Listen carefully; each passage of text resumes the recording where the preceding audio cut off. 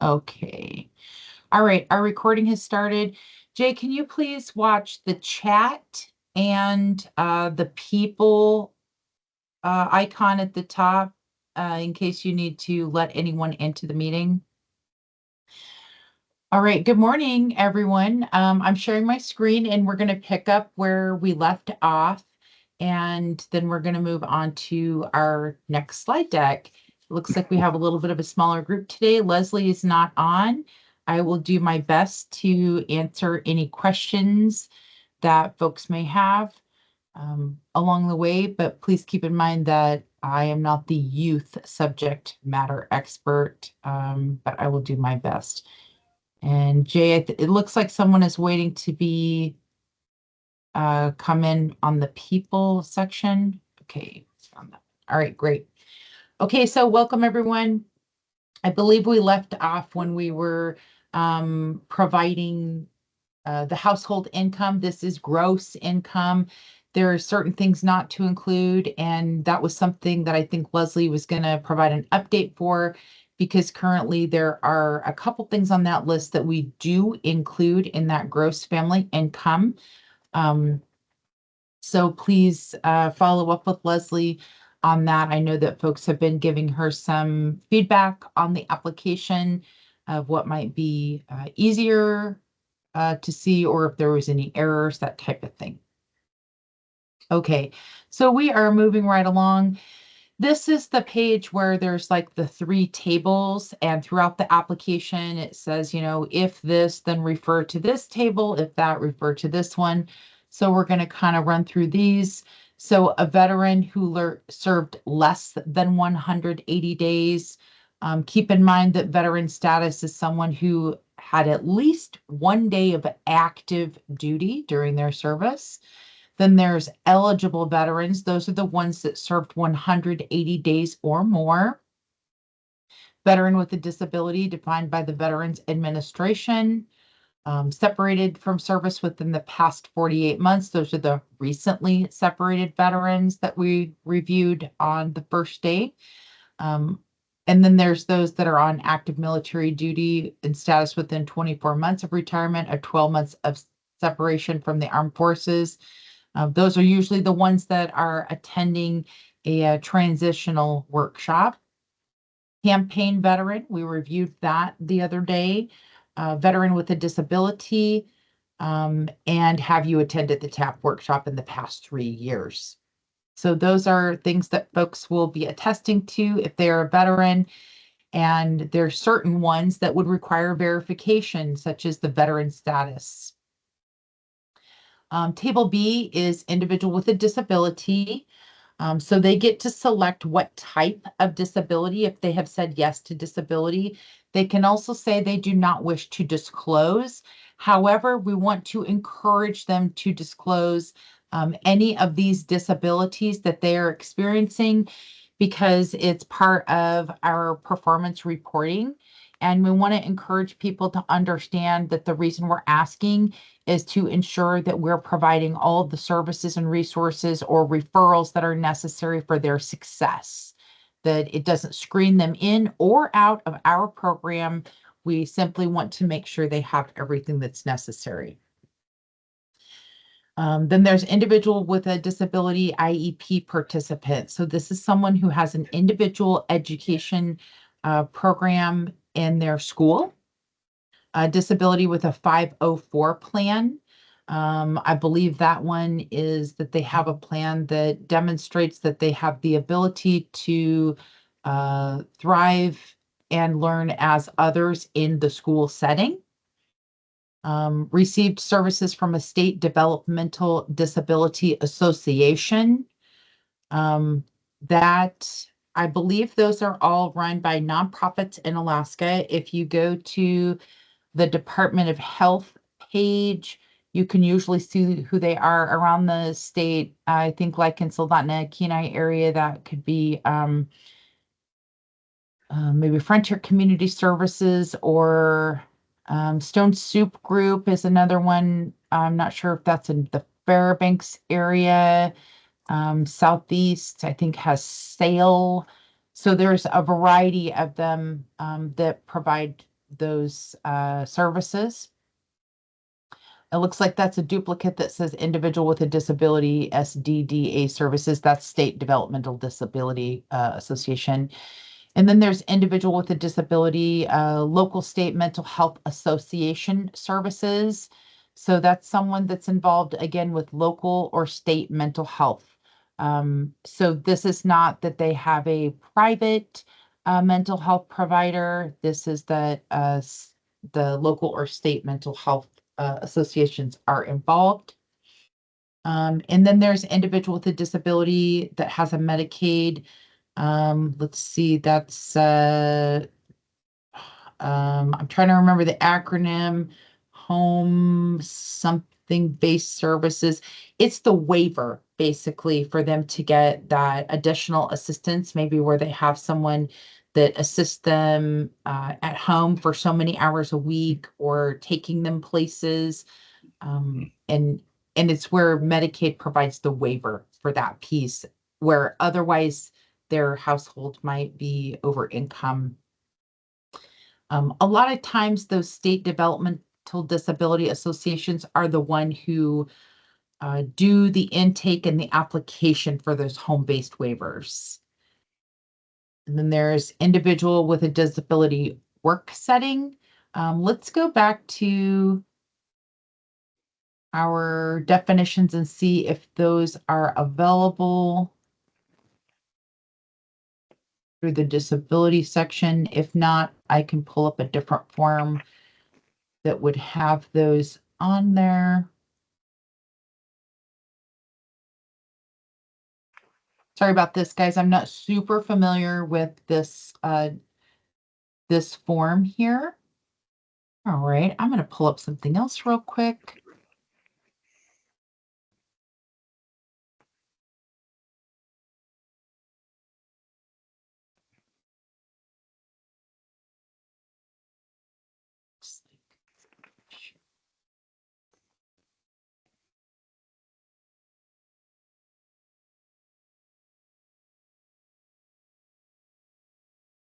Come on, SharePoint.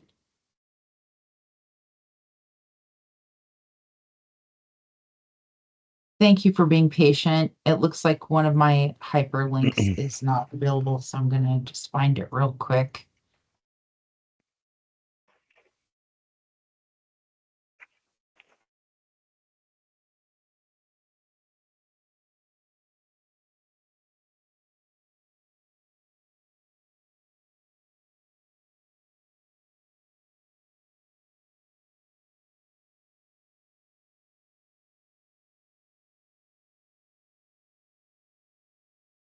Got some slow internet connections today.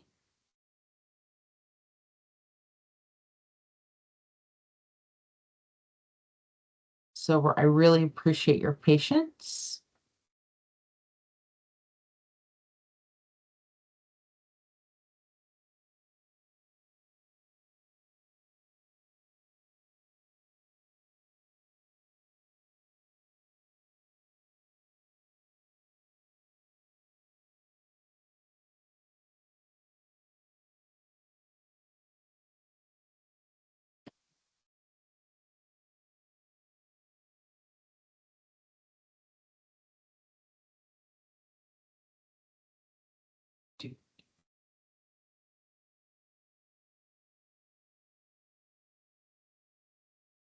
Okay, here we go. So there's different types of employment that youth may be involved in. And it gets a little bit tricky sometimes when you might be filling out the Alaska Jobs application. So I just wanted to review a few of these. There's competitive integrated employment. This means that they're working full or part-time, and that can include self-employment, where they are compensated at a competitive rate, so not less than what normally would be paid for someone else in a similar position doing those duties, that do not have a disability. And they're working in a location where they interact with other people who are not individuals with disabilities. So that could be someone that you see working at any local business, where they're integrated there and they are getting the same type of pay as everyone else, and the same type of benefit, and they're working with folks that are not disabled. So think about a time when you might have gone to the grocery store or a restaurant or any number of public businesses that are available for everyone to go in, and you may have noticed someone with what you would see would be maybe an obvious disability. Those are those types of settings. Then there's supported employment. So this could be the use of a job coach, and those folks are vocational or job-related discovery or assessment. It is employment that is more centered around their abilities versus what the job is. Job carving is popular in this category. Um, they may include benefit support, training, planning, asset development. Following job placement, the provider may offer intensive and ongoing supports, including supervision, coaching, any additional training to make sure that they're able to perform in the workplace. Then there's group supported employment. This could be work crews or enclaves. Um, these are usually self-contained groups of people. You may see them as a group that works for a state developmental disability agency doing maybe janitorial work all together with their supervisor, and they're trained as a team to do specific tasks. Um, and they work in the host business, and they have a specially trained on-site supervisor for just their group of folks that are disabled to do specific work. Sheltered Workshop is a private nonprofit state or local government institution that provides employment opportunities for individuals who are developmentally, physically, or mentally impaired to prepare them for gainful work in the general economy. This could be physical rehab, training in basic work and life skills, things that we might call soft skills, and training on specific job skills and providing that work experience in the workshop. And then there is customized employment service for individuals with disabilities. This is to attain their recent employment or current employment, and there's a variety of them. So I'm going to see if those are on your application for customized services. So we said they're in a disability work setting. We went through all of those different work settings. And then there's customized employment services and financial capability. So let's go back here. So there's discovery assessment. Discovery is a pretty big process. There's folks that go through an intensive training to do discovery with someone. They usually go into their home, they interview and talk to their family or close associates. They look at what their daily life is like, and they put together a really big binder about what the findings are and what may be the first part of how it would be appropriate, the types of work they may need, what types of support they may need. And it is very individualized. There are folks that have taken the training around the state. And again, it is a very intensive training that folks do in order to do a discovery assessment. Developed a customized employment search plan. This again is very customized, identifying appropriate opportunities, interview skills, contacts, and many times they are working with a job coach, sometimes hired by vocational rehabilitation or another agency that they're working with. That kind of goes also with employer negotiation services, helping them for job carving. Benefit planning services are very specific as well. You have to have gone through the training and be eligible to provide benefit planning services. This is helping folks that are receiving Social Security disability or supplemental security insurance based upon having a disability to determine, is it worth them to go back to work? How much money can they earn before they would lose their Medicare? How much are they allowed to save? Is there special saving programs for them to get, like a car or a home that would not count against their savings? How much can they work, and can they try work? Can they try it out for a time period, like testing work, before they would lose benefits, to see if that was something that they could do? Financial capability asset development services. Again, that's very similar. We're trying to improve the economic status of folks. And so they really need to work with a benefit planner and then find out what those long-term strategies are. So if they did end up losing their Social Security based upon work that they were doing, what other services are available? Will they work in a job where they get the benefits they need, like medical or healthcare benefit? Would they be able to afford it through the marketplace? Those types of things. We already mentioned Section 504 plan and veteran status. So I just want to pop back over here. So these kind of were broken down into multiple pieces. On the application, a lot of times, sometimes that's how it looks as well, broken down into those pieces. And I wanted to mention, for anyone who's not aware, that folks may have what's called a ticket to work. A ticket to work is something administered by the Social Security Administration, and if you are on Social Security, they can give you what's called a ticket to work. Now, it's not some cute and fancy thing like Charlie and the Chocolate Factory, where it's a actual ticket. It is a status that someone with a disability, if they would like to explore going to work, whether that includes training or just a variety of other services that can happen, they assign it to an agency who has the capability of providing services that would be necessary in order for someone to go to work. Usually people assign them to vocational rehabilitation, because they're going to provide assessment and training and move through that process. That person that owns the ticket can revoke it at any time and assign it to a different agency, but generally they're assigned to voc rehab in our state.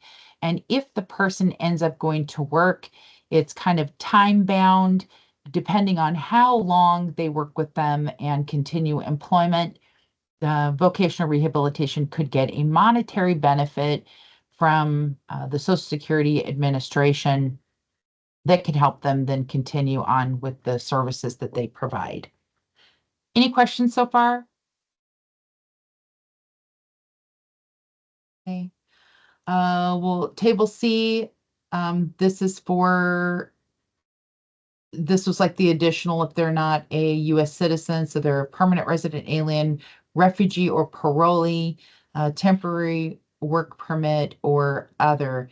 I know usually when I do this course, I say, hey, what did you think when you saw parolee?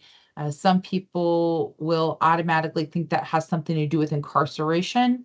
It does not in this circumstance. This is folks that are paroled into the U.S., having nothing to do with justice involvement.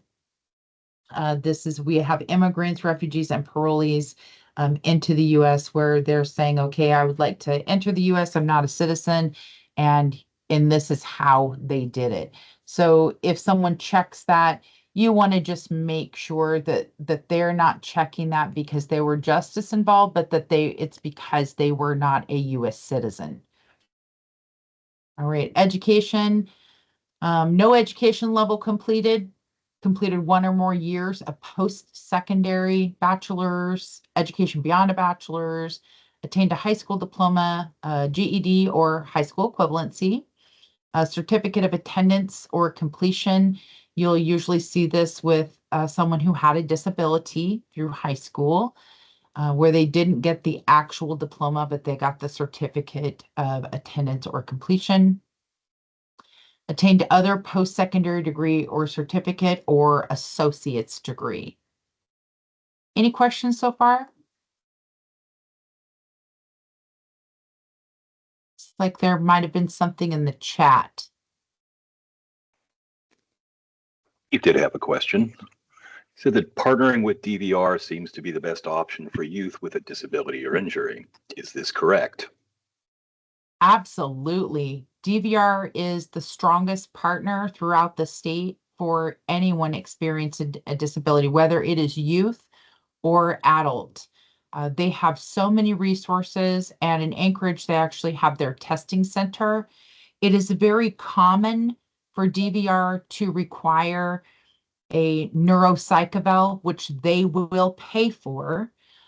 So sometimes I like when I have a customer that is an adult and I say, hey, I'd like you to consider working with Voc Rehab. Here's some of the things that you could expect. I let them know in advance that it is what DVR is not making an accusation of that they may have any type of issues with mental health, but the neuropsych eval can show a lot of different pieces that could be a disability that's hidden. It could be where they discover that someone is on the spectrum.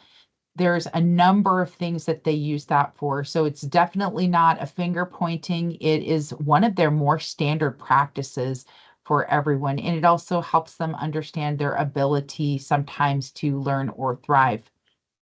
So I like to give people a heads up that sometimes it takes a while to get a determination through DVR because they're going to be requesting medical records, maybe mental health records if those exist. Doing that neuropsych eval, maybe they will send them to a doctor if they haven't been in a long time, or if they don't have someone established, and just get some basic information to help determine what's the most appropriate based upon the customer's desires. So they can also help have those hard conversations if we're not sure if the goal is appropriate for a career. So they can help have those hard conversations too, or help decide what is more appropriate.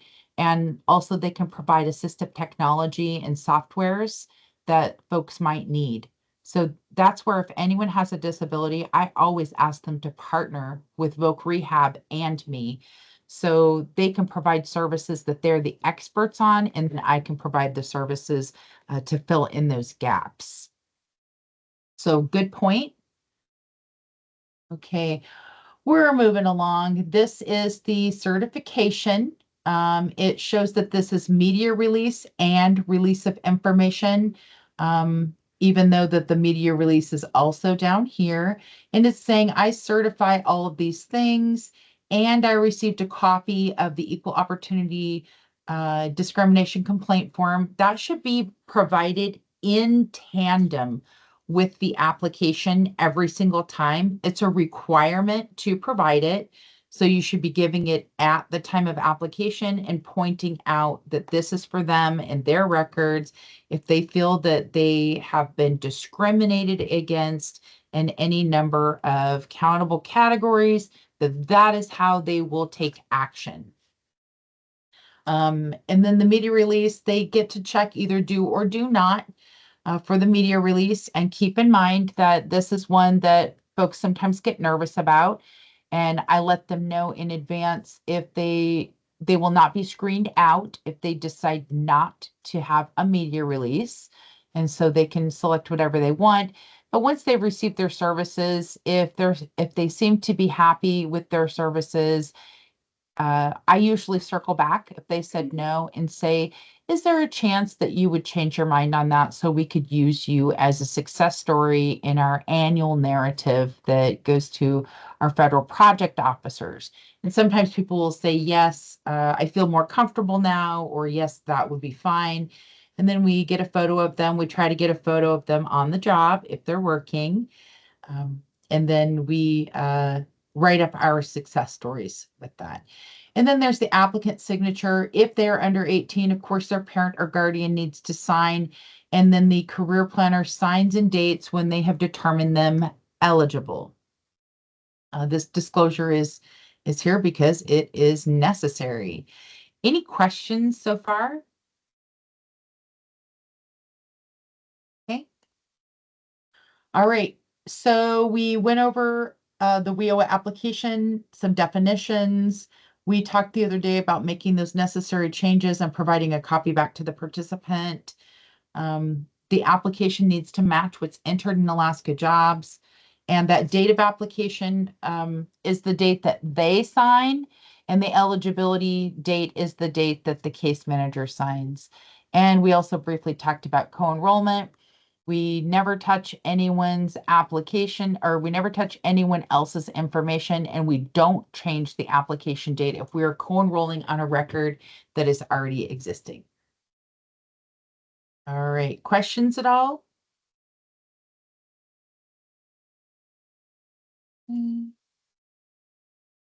All I have a right. question. Oh, Okay.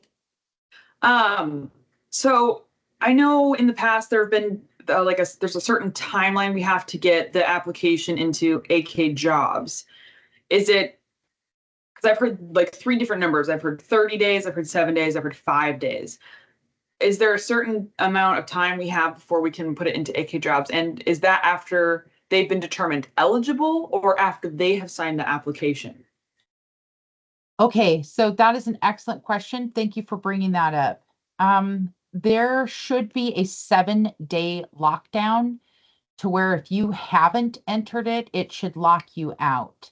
Now, with the youth grantees, they may have lifted that at different times, because there was, I think, maybe some grantees that worked in a more remote area of Alaska where they may have had difficulty getting things entered due to internet availability. So that's one piece. Ideally, they need to be entered as soon as you determine them eligible. And the reason why is because there could be a co-enrollment coming. If you hold on to an application and don't enter it quickly, and they then go to a job center and get an enrollment for the WIOA adult program, and they enter theirs with a later application date, it will block you from getting your information in. And if yours came first, then that person at the job center has to ask their supervisor or someone with appropriate privileges to remove all of their data that includes any costs they entered, any services. Every single thing has to be removed for the other person to enter their application first. So the golden rule is that they're entered within the same day that they're determined eligible or the very next day. I can't tell you what to do, but I can tell you that it causes some pretty significant issues when they're not entered timely, and that the system should be on lockdown after 7 days. And that would be 7 days after you determine them eligible. Awesome. Thank you. Okay. I see a hand up. Yeah, hi. Um, we've been through this with Leslie many times. At one point in time, it was 7 days. At one point in time, it was 30 days. We do work out in a rural village, so I'm not 100% sure versus what it was because we did have internet issues for a long time. And this was back Okay. when we were working with, before Leslie took over the grantees, which and it was with Shane. So I don't know if it's 7 days truly or 30 days, but it's been both at one point in time. It has. So the rule is 7 days, but they may have asked for special privileges for to be like for it to be unlocked for certain grantees, where then they had 30 days. So I can't speak to that too much because I don't have I'm not into the admin system looking at privileges and what's locked down and what's not for every user. But when it comes to folks in the job center, they do have a 7-day lockdown, and that's supposed to be for everyone, including grantees. But I get that there sometimes are special circumstances due to connectivity issues. So that would be something that Leslie would need to answer. And again, she is not available for this meeting today. I don't know if she'll be in the office later. Is there anything else in the chat, Jay? Not at this time. Okay. All right, we're going to go ahead and get started on part 6. This is a pretty large slide deck. I'm hoping that we will get through all of it today. It's the enrollment data entry and participation. I will give you a caveat that these are slides that were meant for adult and dislocated worker. So there may be a couple slides that we kind of gloss over, and hopefully it will also include any specific pieces that you would see as a youth provider entering into the system. Okay, and as you see things through here, the names may be real, but they would be folks that work at a job center who gave us permission to use their name. You won't see anything like a social security number or something like that. But these are not customers. I would never do that because I would have to get very special permission to do that. So first you have to be managing your participant. Make sure you're on the correct individual, and you can see that because it'll say who you are currently managing. Have the application and all your eligibility documents, all your data validation documents ready to go. Whether you're using a desk scanner and you have paper copies and you're going to scan them at the time, whether you have them already in PDF form in a folder on your computer ready to drag over or search for, whatever it may be, have everything ready to go for your data entry. You'll select the program section under staff profiles. This is where we do all of our work that we're documenting for our participants in this section. And then select programs and scroll down until you find what you wish to complete. I'm guessing that all or most of you may have already done this process multiple times or at least once. All right, so when you scroll down, you'll see Title I Workforce Development, which is part of WIOA, and you can click on Create Title I Workforce Development WIOA application. That's the hyperlink that opens that application. If there's one already existing that is open, you will have to use that one. It will not allow you to open a new one. That's what co-enrollment is, that someone already has a Title I open application. You may see other ones that say, closed never enrolled. You might see one that says closed or one that says exited and follow-up or just exited. If it's exited, you can't do anything about that. That's when you could create a new one. If it's closed never enrolled, leave that one be. You could create a new one. If it just says closed, then you're going to want to reach out to that case manager and have them remove that closure and then start adding on to that application. But if it's exited, nothing you can do, start a new one. Does anyone have any questions? Okay.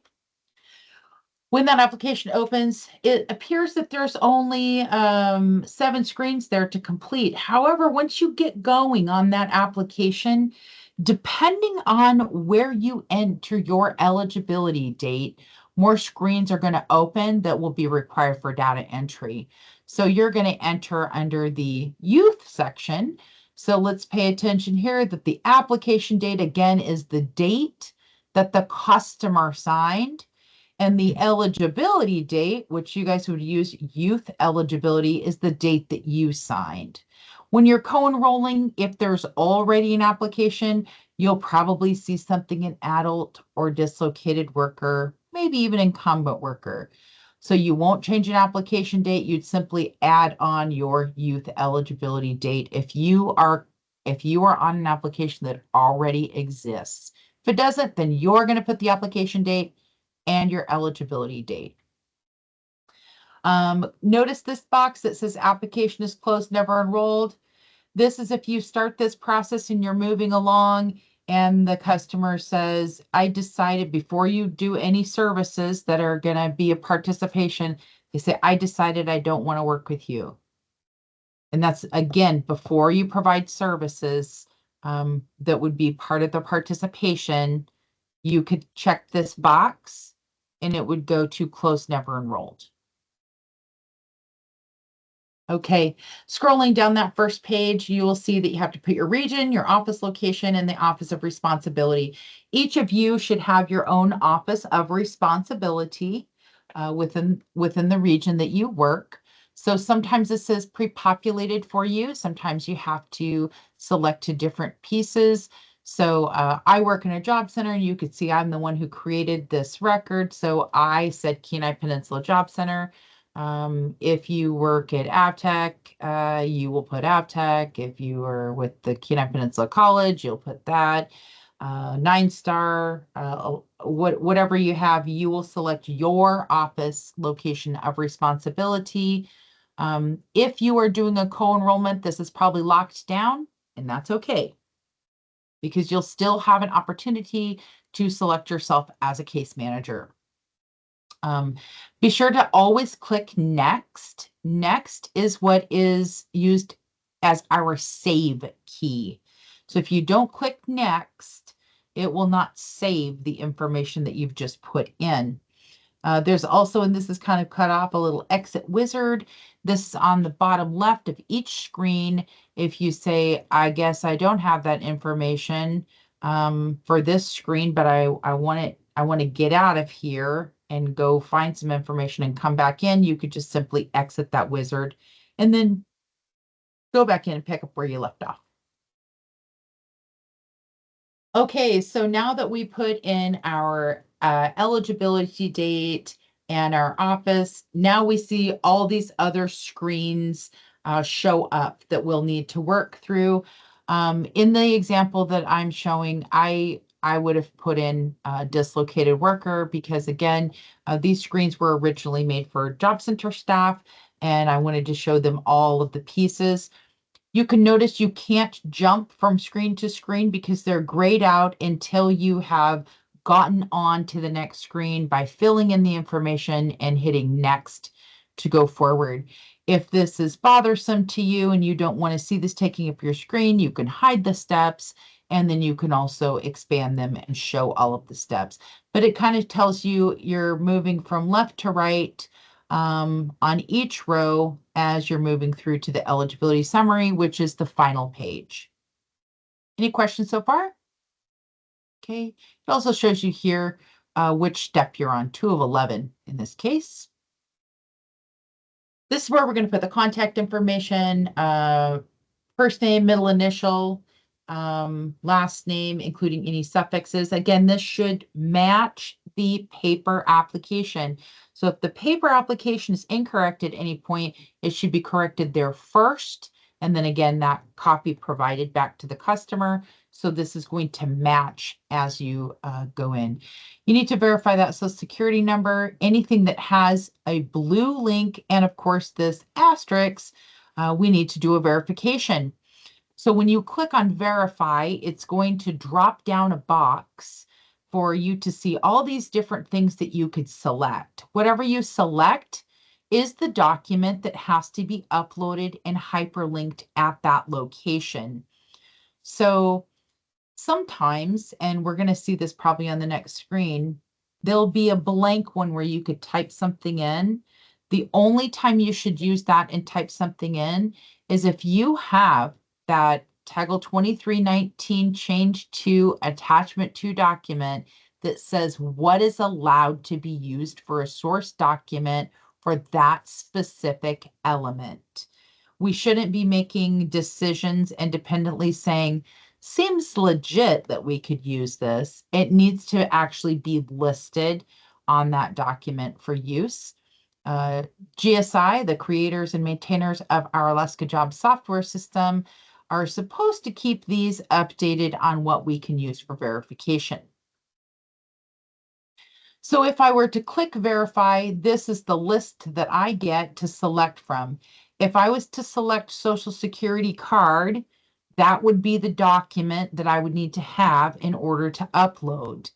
If I clicked on pay stub, that pay stub would need to list the Social Security number, which I'm not sure many of them do anymore. I know with privacy, they're changing that and giving people employee ID numbers. So you'll first click verify, you'll select what you're going to verify, and then you either need to scan, upload, or link. To scan, you need to have a scanner that is has been programmed to use with Alaska Jobs, and that is a fairly simple process. If you have a scanner, you have the ability to go into your computer and make those changes. When you work for the state, you don't. You have to contact a help desk, and they have to give the permissions and download the software and get it ready to go. And that's where if you click scan, and I'm going to show you what each of these things, how they happen, but that means that you have a scanner, that you have a document that you're going to feed through the scanner when the scan feature comes up, and it's going to connect it. If you're going to upload, that means that you have the document already on your computer, preferably in a PDF form. And so you can just say upload, and then that will open. And again, I'm going to show you what that looks like. And that will take the document that already exists on your computer after you select it and link it there. The only time you'll hit link is if you've already scanned or uploaded a specific document. Let's say it was the Social Security card, and you need to use it for another verification that could require Social Security card. And I will again show you what that looks like moving forward. So in this example, we would select Social Security card and select the upload option. Once it's chosen, that new window will open. And once we select it, it'll be available for linking if needed for any other verification. So this is what that looks like. If you click on upload, it's important to put a document tag.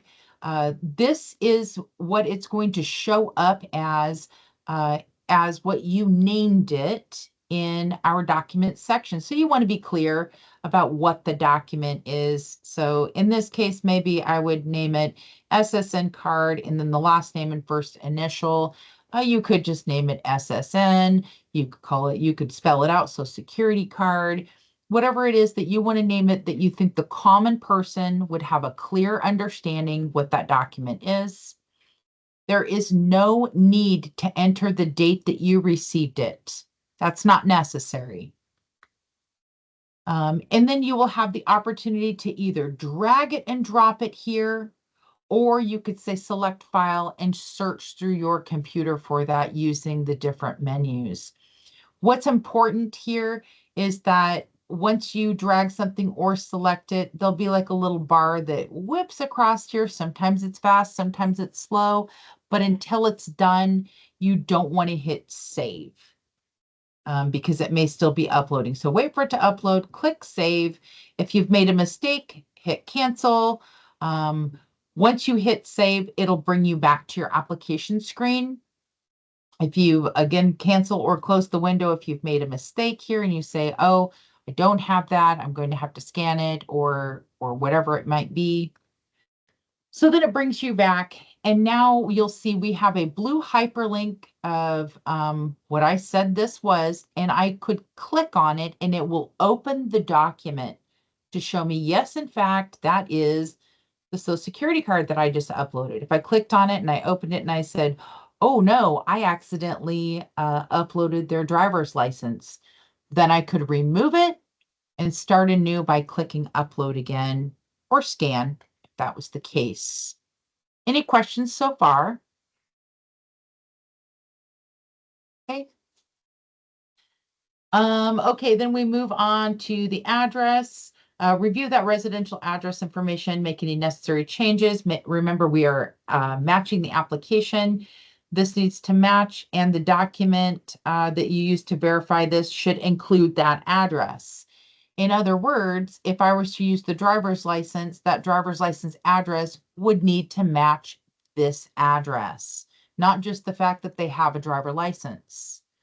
So whatever document you're using needs to match and have that address on there. So in this one, I'm going to use the driver's license, and I'm going to choose scan. When I choose scan, this box opens. Again, I'll have to create a document tag. This is what I'm naming it. So in the document section, the common person would know what this document is. This is the particular scanner that I use on my desk. It would say whatever your scanner is, whatever you're using, if you have scanning capabilities. And I always do mine in black and white. I could do it in red, green, blue, or gray, or anything like that. I'm just doing it the most plain. And then I have an auto document feed. In other words, when I put it into my scanner, once I hit this scan document, it will go for me. If I wanted it to be duplex, I could do that. There's a number of things that you can do for the setting. In my scanner, I have to do my document face down, and then I would click scan document. This would depend on the type of scanner that you have, but generally they are all face down scanners. And then you will see an image of whatever you scanned. So I scanned this image of a cloud with a moon and stars. But if this had been the driver's license, you would see the image of the driver's license because I had hit scan. And if I say, yes, that looks good to me, that looks right to me, I can move forward and I can then click on upload the document because I just scanned it. I'm looking at it. Yes, that's what I want. Upload. If not, I could crop this. I could close the window if I mistakenly scanned something that wasn't necessary. Okay, that will then bring us back to our next piece in the application, which is the mailing address. We have the handy box where we can check if it happens to be the same.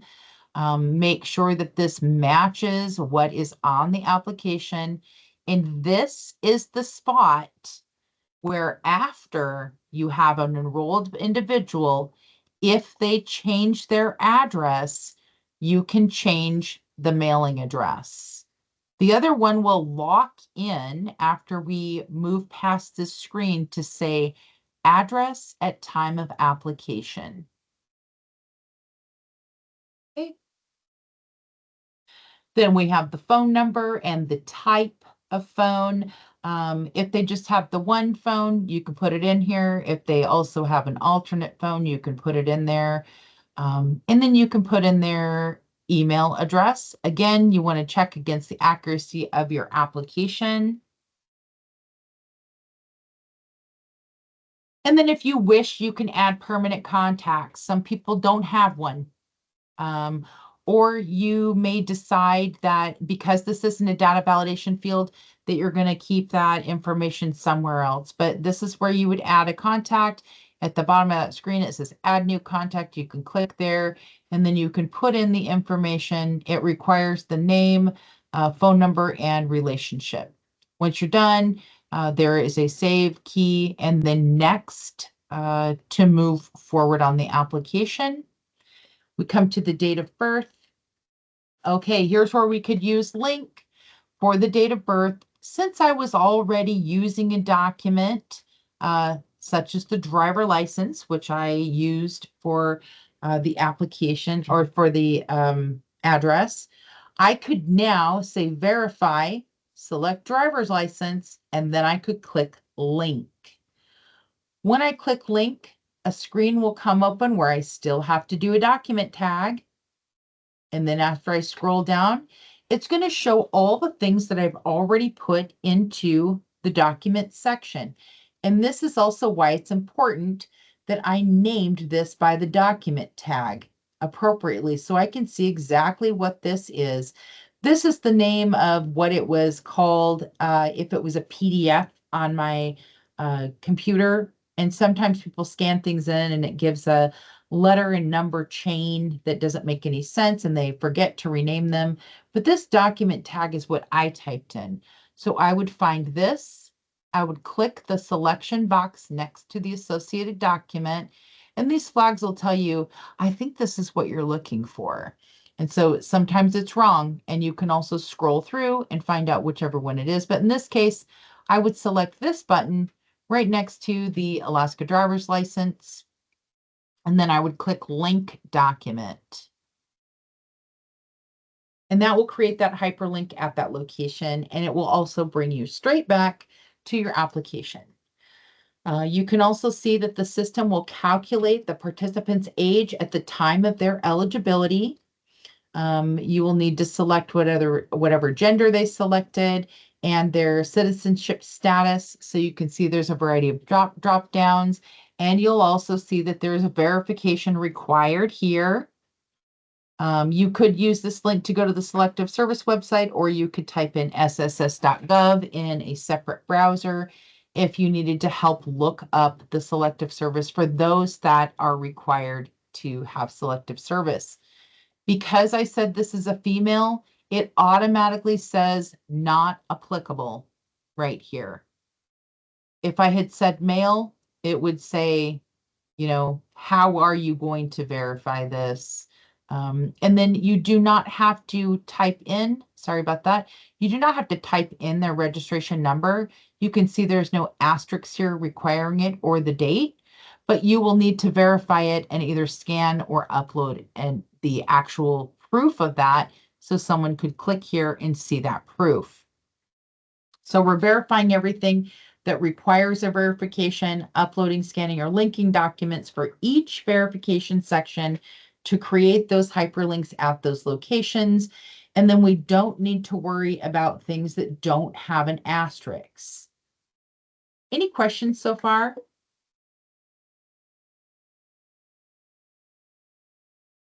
I do have, sorry, Oh, a go quick ahead. question. I'm thinking about with like the linked things, sometimes when I link things, they show up multiple times in my documents. Is that normal? It's Okay. 100% working as it should. And I'll explain that because I know that that can be an annoyance and it looks weird. That is the actual hyperlink to each time you did it. And it will have a date and timestamp. Sometimes they'll look the same if you're working quickly through there, but that is 100% normal. Each time that you see the same thing in the document section means that it has created a hyperlink where you have left it to create that hyperlink. So yes, 100% acting as it should. Okay, thank you. Okay. Okay, so we're again going through doing everything that has an asterisk. Okay, race and ethnicity, check all that apply. This needs to match your application. So sometimes when people fill out their Alaska Jobs individual registration, they may or may not check a variety of things here, but when they fill out their application with you, they're going to check something different. You have to do whatever is on their application. And this is their self-statement. There is no way to verify this. We would never ask anyone to verify this through our programs. Here's disability. If someone says yes here, a whole nother section will open and there would need to be some type of verification, which would drop down that information. If you say no, then you'll hit next and move on to the next screen. If you exit the wizard, you can come back to the application and pick up where you left off, but it will be the screen before you hit next, because next is saving what we entered on the screen. So on some of these, like disability, if you check yes, more questions will pop up. If it's no or did not self-identify, the verification will not be required, and you can say next to the next screen. That is the same case further on. So then we said no on this one, but we've already gone over what it looks like on the application, all those different check boxes and selections for disability on the paper application. It should be closely aligned to match. The next one is spouse or caregiver of a military member. A lot of times these last three are already answered no, but all questions must be answered. So you will probably have to put a no here if that is accurate. If they've answered on the application yes here or here, whatever it is, we need to match their application, but the default on a lot of these is no. If you say yes to some of these questions, additional questions will open. Okay, I see Jay's giving me a 5-minute warning to break. Thank you for that. But we do have to answer all of these questions. But based upon the selections, additional questions could open regarding military service. And here we go. Are you currently in the U.S. military? Yes. And yes, within 24 months. If you say yes to these two, this is what will open. and then you'll have to make selections. If you say yes to the first one and no to the second veteran question, this is what opens and will need to be selected. This and then this as you scroll down and say next. If you put them both back to no, none of those extra questions will be available and you will simply say next. Or matching the application. Then we come to employment information. So keep in mind, the way that I filled this one out was for a dislocated worker. For my example, this example I created over a year ago. So please keep in mind that this may not be suited exactly to what you would do. But employment status, I selected this one, employed but received notice, and then I had to do a verification. And in this case, I was able to use this bottom box and say I was using the Davis-Bacon form, which has to do with apprenticeship.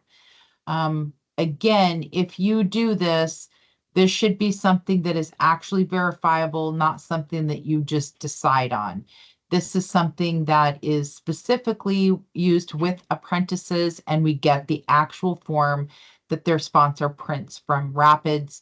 So, please don't follow my example on just typing whatever you want here. This is an actual approved document. And then I uploaded or scanned to create a hyperlink. And if it was incorrect again, I could remove it. If I want to look at it, I can click on that hyperlink. And then we have not in the labor force, those who are not actively looking for work, including those incarcerated. If employed, are they underemployed? We want to make the selections that are pertinent to our participant. Going through, you'll see that this one was for an apprenticeship, and so I made those selections for registered apprenticeship program and yes to apprenticeship. Here's the unemployment compensation eligibility status. As you're conducting your pre-screening, you may find out some of this information about, like, were they referred by RESEA that we talked about the other day, and the date that they were exempted, if they had a claim exemption. And then if you say yes to that they are getting unemployment insurance, then you'd have to do some kind of a verification here. So they would need to give you some kind of proof. And that's just what this looks like as it's moving forward. Attended a rapid response orientation. That may be the case with some youth. Rapid response is a service provided by the job center when a business is closing or they're having a mass layoff. And we get together and we talk to the employer and say, can we have a meeting with all of your affected staff or potentially affected staff? And then that information gets entered here. It's not very likely that you will have someone that attended a rapid response orientation, but it could happen. And they, as you had been interviewing them, they could have said, yes, I worked for this company and it went out of business and I attended a meeting for that. They could let you know. Long-term unemployed, this is 27 or more consecutive weeks. So if there is a break in those consecutive weeks at all, they are not considered long-term unemployed. This is one of the many federal terms that you will see through here, and they are very black and white on that term. 27 or more consecutive weeks. And then we get to the current or most recent hourly wage and occupational code for the most recent employment. All right, I see that I'm going to need to stop to take the break. Jay, please stop the recording. We'll start it again when we come back. Please come back at 10:15.